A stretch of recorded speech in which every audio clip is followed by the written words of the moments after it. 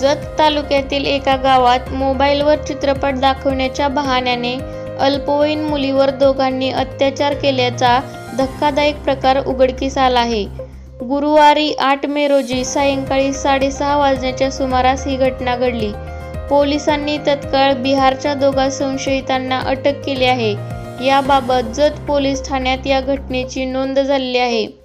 बहादुर कुमार बिरो मंडल वय 21 व रोहित कुमार रामचरण मंडल वय 21 दोघेही मूळचे बिहारचे आहेत.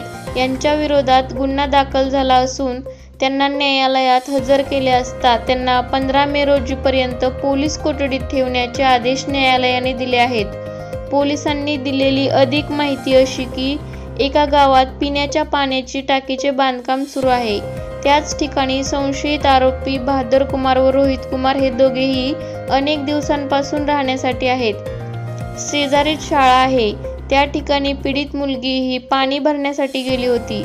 दरम्यान संशयितांनी त्या मुलीला मोबाईलवर चित्रपट दाखवतो म्हणून शाळेच्या बंद खोलीत घेऊन गेले. मुलीला मोबाईलमध्ये गुंतवून तिच्यावर अत्याचार केले. खूप वेळ मुलगी पाणी आणण्यासाठी गेली आहे, अजून कशी आली नाही म्हणून मुलीची आई त्या ठिकाणी गेली. त्यावेळी दोन्ही संशयित आरोपींना तेथून पळ काढला. पोलिसांनी आरोपीचा शोध घेत त्यांना अटक केली आहे.